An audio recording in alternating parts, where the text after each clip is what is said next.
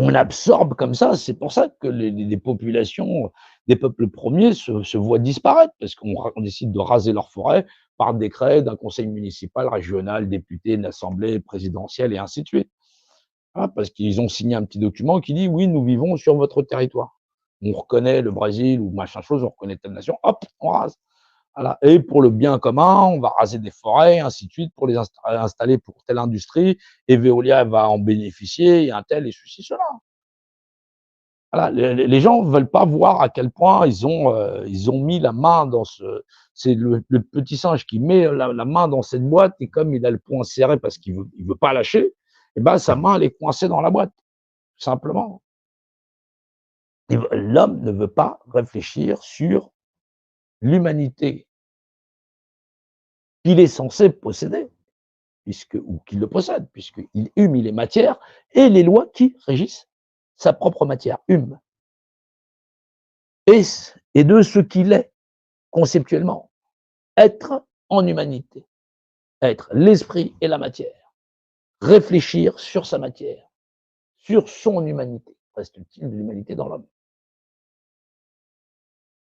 C'est la problématique que j'ai rencontrée avec mes contemporains. On a beau essayer de leur expliquer Dieu, pour verbaliser de toutes choses, c'est Dieu qui détermine de toutes choses, définir image, être, rapport d'unité, que dalle.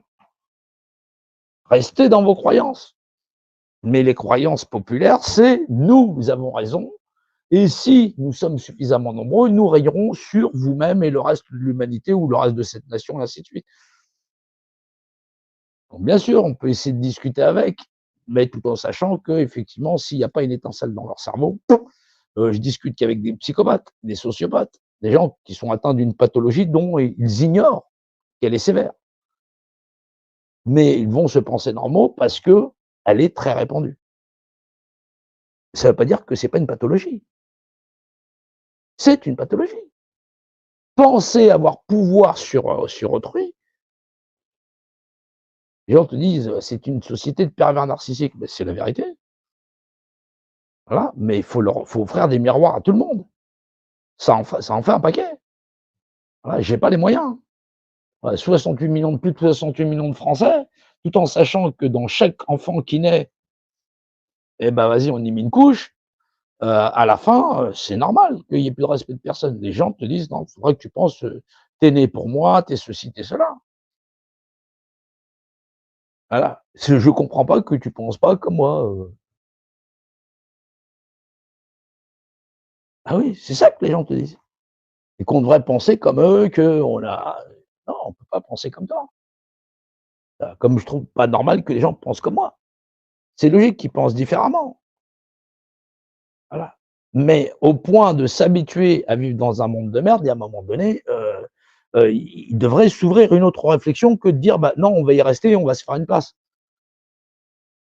pour le bien des hommes et de l'humanité, où je vais faire mon monde à côté». Gros, il y a pas d'autre monde à côté. Voilà. Ouais, mais ils nous ont forcé. Non, non, il y a le code de Nuremberg, personne t'a forcé à te mettre machin chose parce que tu voulais partir en vacances ou parce que tu voulais machin chose. Tu avais le droit de retraite, tu avais le droit de voilà, principe de précaution, il y avait tout un tas de trucs. Ouais, on peut pas, mettre un traitement à quelqu'un s'il est pas d'accord. Code de Nuremberg, ouais. Il y a tout un tas de choses comme ça. Il y a pas de réflexion. Bien sûr qu'ils te disent: ils nous imposent», mais qui t'impose? Il y a personne qui t'impose, c'est la subjectivité qui t'impose. Parce que tu as pas la compréhension de toi-même et que dans l'argumentaire, bah, tu bafouilles. Bafouilles. Tu es l'esclave de qui? A fortiori, tu es l'esclave de qui? C'est ça le problème. Mais comme on a des populations qui sont esclaves d'elles-mêmes et de leurs propres désirs, elles ne pensent que comme des esclaves. Ce sont bien les esclaves de la société parce qu'effectivement on leur a donné une rythmique, mais qui n'ont appris à réfléchir que comme des esclaves. Esclaves d'eux-mêmes. Tu peux pas avoir 2 maîtres à la fois le principe commandeur qui te dit: «J'existe» et qui fait que les lois de l'existence te confèrent les mêmes droits à autrui, dans le cadre de ne pas nuire à autrui et de respecter la représentation de chacun, et que chacun est libre de sa propre représentation, de disposer de lui-même. Je suis libre de moi-même. Je n'ai pas désigné de représentant. Ceux qui sont subtils te disent: «Donne-moi ta représentation, je vais t'administrer, je serai ton maire, je serai ceci, cela», parce qu'ils savent qu'ils ont affaire à des couillons. Voilà, et les gens me disent: «Mais viens, on va discuter de politique», mais je discute pas avec des couillons. Les gens veulent essayer de te persuader qu'en votant pour eux-mêmes, effectivement, je me libère. Mais me libère de qui? J'ai confié ça à personne, donc je vais pas te le donner à toi, voilà, en pensant que, toi et ta bande de tarés, vous allez penser que parce qu'on serait plein de gens cons le dimanche, vous allez faire des lois pour l'ensemble des hommes et de l'humanité. Voilà. La réflexion collective de la société, elle doit être collective et comprendre que cette collectivité est quelque chose qu'on ne pourra pas éviter et dont le fondement, c'est d'être en humanité et de comprendre les lois de la matière, d'humus et de cette matière pensante, être humain. On ne pourra pas y éviter. On ne pourra pas y échapper, puisque sinon, on est voué à disparaître, parce que le système, il a décidé qu'il va presser l'ensemble des couillons qu'il y a sur cette planète. Il y en a 8 milliards, et sur 8 milliards, on peut aller dans toutes les vidéos, dans toutes les langues, il n'y a pas de réflexion de l'être humain sur l'être humain. Non, on a les croyances d'un tel sur un tel, il faudrait que tout le monde il se balade avec un chapeau cow-boy sur la tête, ou non, une coiffe indienne, ou ceci, cela, le monde devrait être comme ça, on devrait tous vivre à poil dans la nature, ou machin chose, mais arrêtez avec vos trucs tarés. Le propre de l'homme, c'est d'évoluer, de réfléchir, d'acquérir de nouvelles connaissances, la retransmission du savoir de ces connaissances, des bases basiques. Apprendre à lire, à avoir une langue commune, à écrire, à rédiger, à référencer et de se bien veiller. Et au plus loin possible, veiller l'homme de son début jusqu'à sa fin en toute communauté, puisque c'est ce à quoi nous sommes condamnés. Vivre en communauté puisque des hommes naissent d'hommes, des êtres humains naissent d'autres êtres humains. Mais pour ici, être humain, c'est un grand mot. C'est une potentialité qui est dans l'homme, mais que nous peinons gravement à trouver. Nous sommes toujours dans un schéma où l'homme, par action de pensée et parce qu'il pense travers, veut voir le malheur des autres, parce qu'il veut avoir raison. C'est ça le plus terrible. Et que cette pathologie, l'homme est incapable de la voir dans son propre regard. Voilà pour ce live, voilà pour ce qu'on pourrait en dire, mais je n'ai pas réellement gros chose à dire sur ce qu'on peut croiser de nos contemporains aujourd'hui, des émissions qui sont distillées, fussent-ils même en grand nombre, seraient-elles vues même par des millions ou des milliards, à faire les choux gras ou effectivement l'avènement de société ou effectivement faire le buzz, mais la médiocrité, même vue par des millions ou des milliards, reste de la médiocrité. C'est ce que nous voyons de l'espèce humaine, si espèce humaine on peut la nommer, parce qu'effectivement les gens aiment qu'on leur cire les pompes, voilà, et de dire qu'effectivement nous ne sommes pas une société qui a déjà plus que consommé son temps de durée.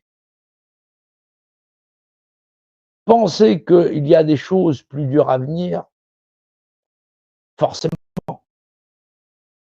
forcément que ça va t'arriver, oui, parce que l'humanité, l'être en humanité ne saurait exister tant que l'homme n'aura pas disparu. Et c'est dans l'homme que réside cet être en humanité et qu'il doit advenir ou n'adviendra pas. Il en est ainsi pour cette espèce parce que c'est son évolution. Sinon, il n'est qu'un animal comme les autres. Même en ayant fabriqué des vêtements, des technologies, l'homme reste un animal misérable. Il est misérable. Je crois même que et assurément, c'est le plus misérable puisqu'il est capable de contempler l'extinction de ses semblables jusqu'à en faire des simulations où lui-même, il tuerait de ses semblables, simulés. Voilà, parce que ce serait amusant. On appelle ça des jeux vidéo. On peut regarder des hommes mourir sur des journaux télé, des hommes, des femmes, des enfants, ou même assassiner des semblables en faisant des jeux vidéo, sans que cela ne suscite l'indignation des membres de cette espèce. C'est une chose incroyable. Assassiner un animal, quel qu'il soit, devant ses congénères, vous verriez comment ils sont pris d'effroi. Chez l'homme, c'est chose normale. Des cadavres de leurs semblables, des crimes en prévision. Pas de réflexion, partout sur la terre, des mouvements qui s'élèvent pour l'indignation de ce qu'ils ne peuvent pas consommer parce que les choses y seraient trop chères. Mais la vie ne l'est pas. Chez les hommes, la vie n'est pas chère. Ils peuvent voir leurs congénères s'éteindre en martyrs ou ceci, cela. Pas de réflexion sur la vie humaine. Chaque être existant est défini. C'est une image qui est et possède un rapport d'unité. Il existe par Dieu, qui fait de tous les êtres égaux, des êtres égaux en droit, par définition, dans la même image, qui est et possède un rapport d'unité, et dont la valeur de l'esprit est égale, ou devrait l'être, dans l'esprit de chacun. C'est difficile à croire, à voir, et difficile à comprendre que chez les contemporains, cette vision de l'humanité est totalement disparue. Et que lorsqu'on cherche dans tel ou tel groupuscule, nous n'avons que des gens.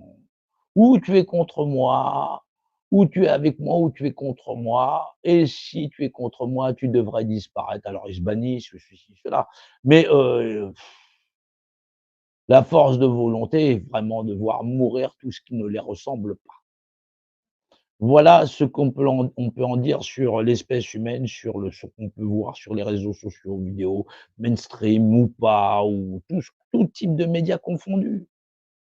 C'est triste à voir et pourtant chacun de nous est né un être humain, chacun de nous a été un enfant et combien d'entre nous ont assassiné cette âme d'enfant qui fait que on partage tout simplement un gâteau, tout ce qui est là, tout ce qui et nous entoure, toute cette planète est le bien commun de tous et que c'est là seulement la juste réflexion sans dénaturer toute chose. Merci à tous et je vous dis à plus tard. On continue, on lâche pas. Merci.